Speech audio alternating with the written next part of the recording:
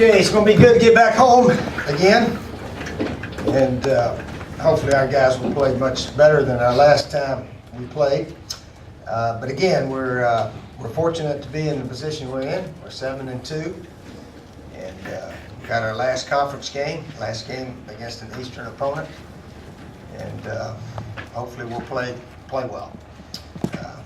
We all know what's at stake. We all know what's out there, and we're going to try our best to play football. That's what we need to concentrate on. We weren't very good at all in any area the last game. Sometimes it's hard to figure out what happened to a bunch of guys who've been playing pretty well, and then all of a sudden it went bad.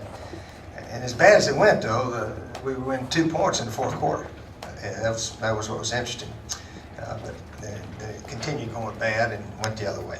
But that game's history now, and we're trying to regroup. We're trying to learn how to block a little bit better today on offense, and maybe tackle and cover on defense, and cover a little bit better on special teams also. Florida is excellent, probably the best, maybe the best in the country, special team play. So we gotta be careful that doesn't cost us a game. They've not been real great offensively. Had some injuries to their quarterback, played a couple of freshman kid in there and so forth. But for us to win, as we all know, our defense needs to play well. They need to play well. Offensively, if we can get 2 to 3 touchdowns,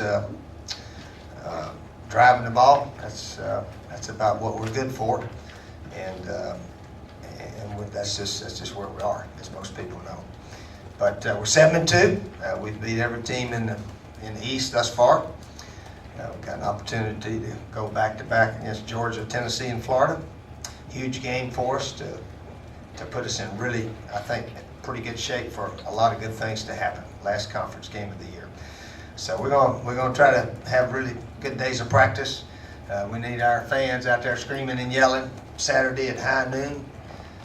We've been in the past, we've played pretty well at high noon, so hopefully that's going to help us. So we're looking forward to this game.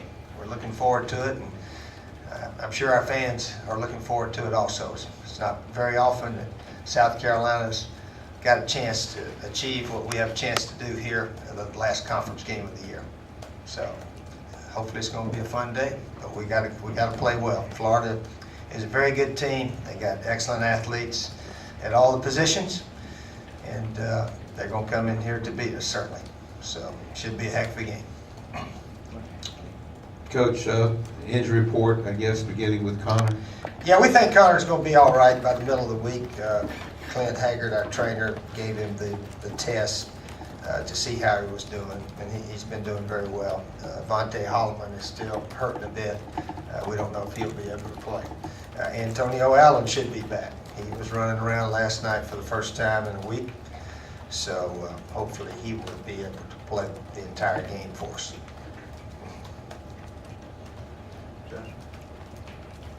When do you expect Connor back at practice, and has he passed the concussion test and he's good to go? Right, he's going to pitch around a little bit today. Our trainer said that he could pitch around a little bit today, so he'll be out there. I don't know if he'll be in full gear or not, but he'll be able to throw it around.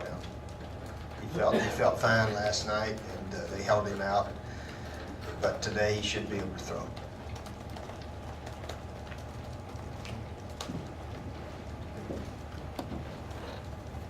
Coach, DJ Swearinger all right? I think he might have got banged up a little. Yeah, he's got a sprained foot. He's got a foot that's nagged him.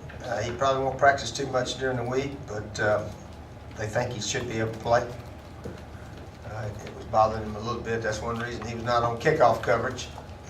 And obviously we need to do a lot better in kickoff coverage. So we're working on that. Steve, in the first half of the season, Melvin and David had a ton of sacks, not so many lately. Devin said that they've seen a lot of different stuff from opponents than what they had seen on film. Are those guys just getting a lot more attention? Why the drastic drop in sacks? Well, Arkansas just blocked us. They just blocked us. That's all you can say. They blocked us. And I don't know about leaving 2 or 3 guys in or whatever, but Same thing as last year. I really admired the way those Arkansas guys pass block. They got a good offensive line, seem to know what they're doing.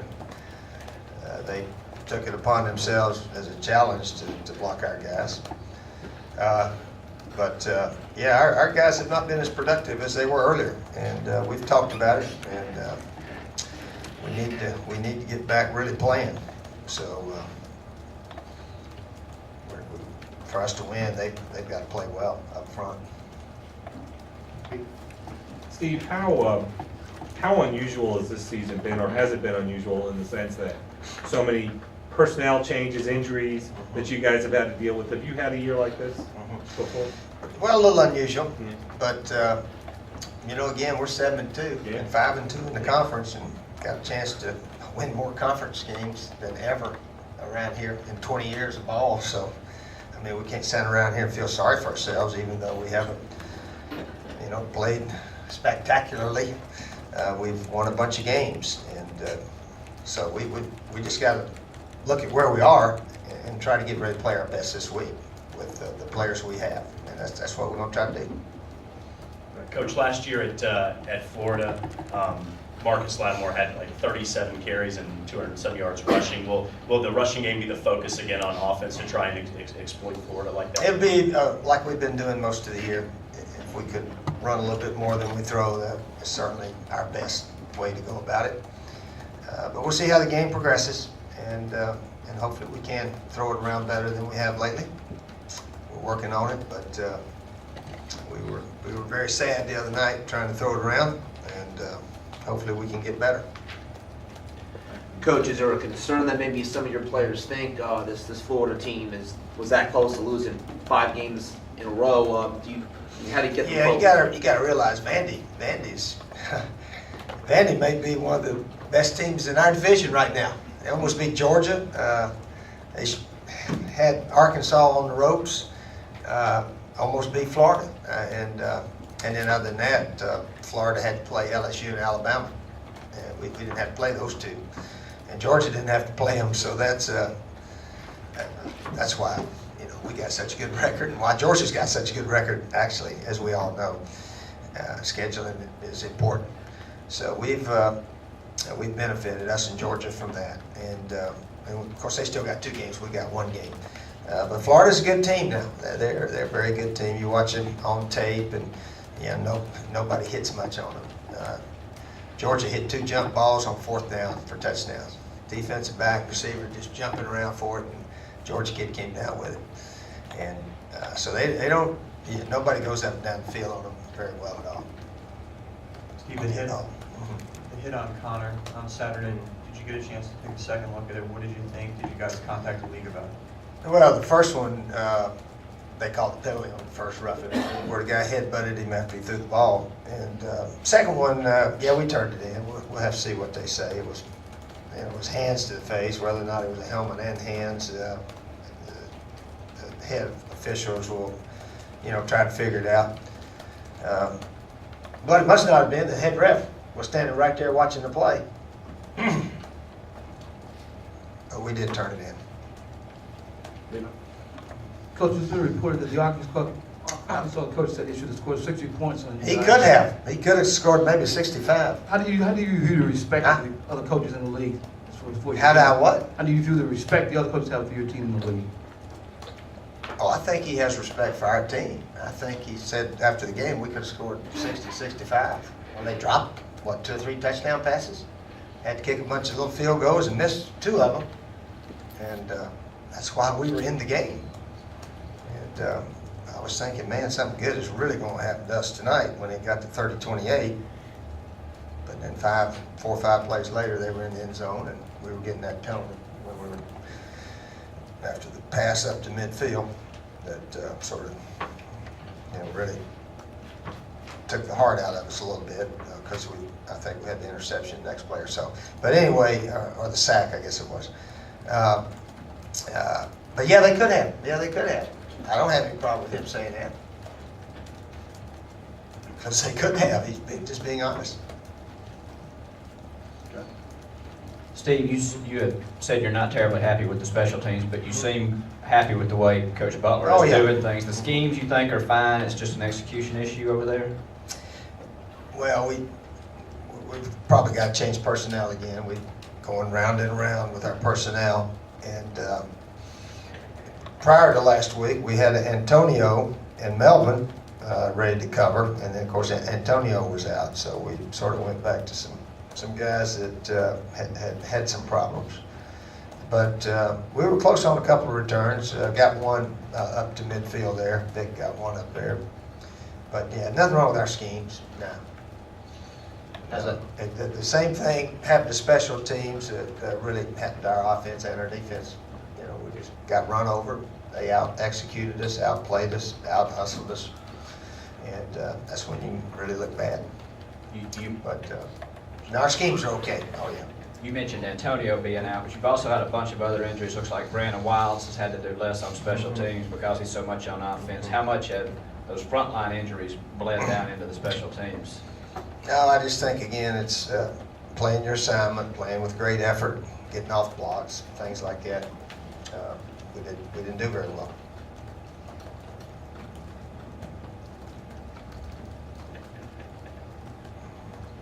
Coach, fans and probably most of the people in this room would say must win on Saturday.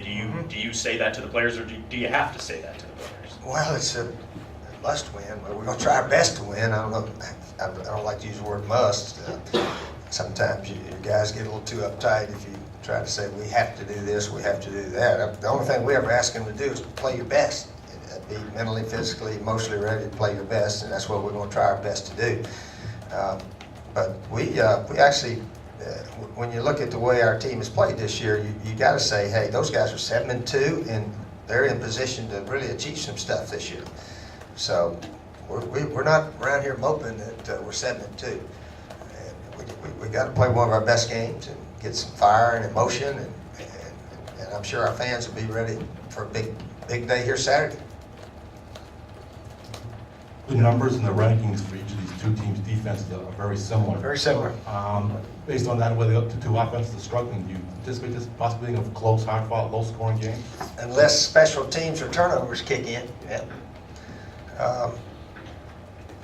If you'd watch both of the offenses, you'd say, well, there's not going to be a lot of 80-yard drives for touchdowns, so you don't think there's going to be. There could be.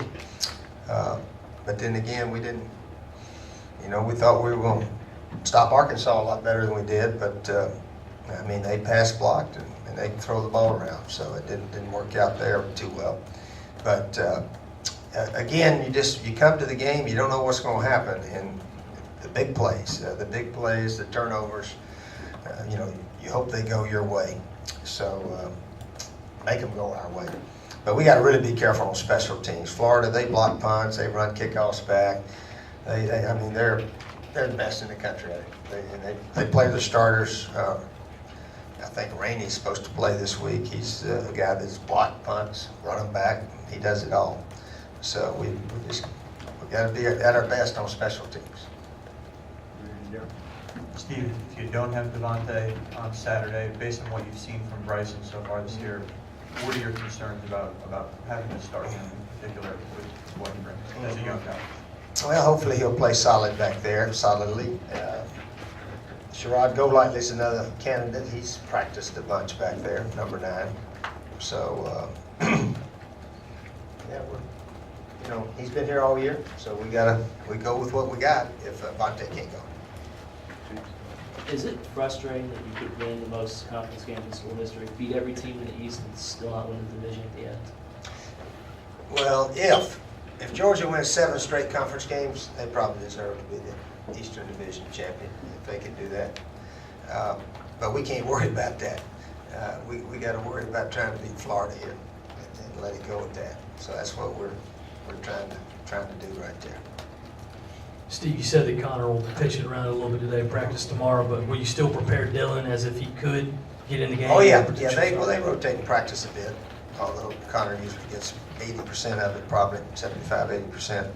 But Dylan will get a few snaps here and there. Steve, you mentioned scheduling a couple of times. if there's a 9-game SEC season in the future, is that too many from your perspective? And is there any better way to do the schedule where it may be a little more equitable? You guys dodged Florida and LSU and Alabama this year, but you could be 5-0 and not go to the. I don't think they're going to 9. I think I read where the commissioner said they're not going to 9. Right, immediately, but do you think, if it ever comes up if that ever came up in the future, what would do you have an opinion on, is that too many? Yeah, I don't think they're going to do that. Yeah, so I don't think they should really, because a lot of us have our in-state traditional rival. Georgia has Georgia Tech, Florida has FSU, we have Clemson. So I don't think they're going to do that. But yeah, scheduling in golf, they call that rub of the green. That's just the way it is. They rotate it around, and sometimes certainly scheduling plays a big factor, certainly. Okay. You surprised to see so much youth around the league this year? You guys have had to play a lot of young people, but so have almost Florida. everybody else. Yeah, it's getting to be where players come and go quickly. They don't stick. I don't know the exact reason, and it happens everywhere. We haven't had really too much turnover at some schools. I read where Florida's only got 72 guys on scholarship. Was that correct? Yeah. So I know Urban's last year, 09, well, 010 was his last year, but I think after 09, they had no one recruiting class in the country, supposedly. And I read a couple articles about a couple of their guys that are no longer there. So, I think probably all of us should really check backgrounds on a lot of these kids to see if they're good students and solid guys, and have a really good commitment to want to be somewhere 4 years and not just try to maybe hang around and go pro, which is certainly an attitude that gets into a lot of high school kids because they get so much attention nowadays. In the old days, they weren't superstars when they got to college, and now they come in superstars. If they don't get to play right away, heck, I'll go somewhere else and play. So it's happening everywhere, and that's I think because of the turnover. You have so many freshmen, sophomore guys playing now. Yep. Coach, have you reviewed much of the tape? Excuse me. AJ Cann, is he a potential starter at right tackle, or is he going to move him back inside? No, I think we're going to go back with Cody and Mike Matulis. We got to give Matulis a chance to play. He played a little bit against Kentucky, and maybe we're thinking about redshirting him, but we got too much at stake right now. Gee, it's not every year we come into the last game in the conference 5-2. So we're in an excellent position for a lot of good things to happen to Carolina football. So if Matulis can help us over at right tackle, I think we got to take a good look at him this week. Steve, getting back to what you were saying before about the younger guys, does that force you and maybe some other coaches to play really good first-year guys because you think, well, maybe if we redshirt them, then after their sophomore year, they may go to the league and try and go to the league? Does that change your philosophy? Well, yeah, schools don't have as many fifth-year players as 20 years ago, so you do think about that. But you'd like to. I mean, we still are redshirting a bunch of our freshmen, a lot of them. Hopefully they'll be here 5 years. Coach R, do you have the sense that there are fewer holding calls this season than ever? I mean, you played the Mississippi State game, not either side got a holding call. There's one holding call the other night for us.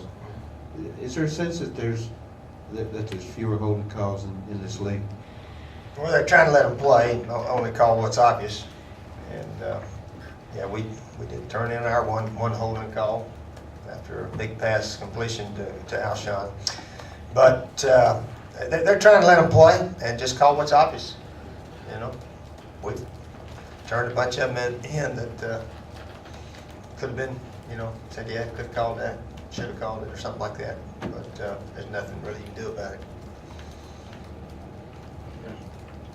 It seems like the natural result of playing more and more young people would be that the quality of the game would decrease. Do you feel like that's happened? Do you feel like it's not as, I mean, the popularity certainly is through the roof. Do you feel like the game is not as well played as it was when you had more guys moving up through the chain, regular chain? Well, again, I've heard coaches that used to coach in the SEC and coach in other places now make statements like they don't play defense in this league the way they do in the SEC. The SEC defensive players or teams just seem to be a little stronger than the other conferences, and that's I think most people agree with that. So that